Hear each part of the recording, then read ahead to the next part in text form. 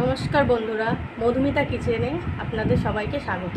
আজকের রেসিপি গরমের দিনে খুবই সুস্বাস্থ্যকর একটা খাবার, উচ্ছে আলু চিংড়ি মাছ দিয়ে তরকারি।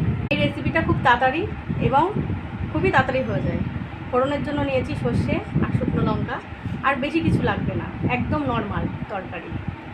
কড়াইটা গরম করে অল্প সামান্য তেল দেবো, বেশি না। তেলটা গরম হয়ে শুকনো লঙ্কাটা সর্ষেটা ফোড়ন দিয়ে দেবো, দিয়ে চিংড়ি মাছগুলো দিয়ে দেবো।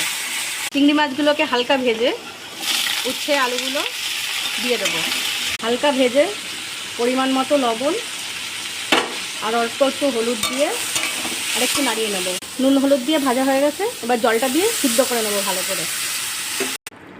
আলুগুলোকে এগুলোর সাথে ভালো করে মিশিয়ে নেবেন, তাহলে উচ্ছের যে তিতো ভাবটা সেটা কেটে যাবে। গরম ভাতের সাথে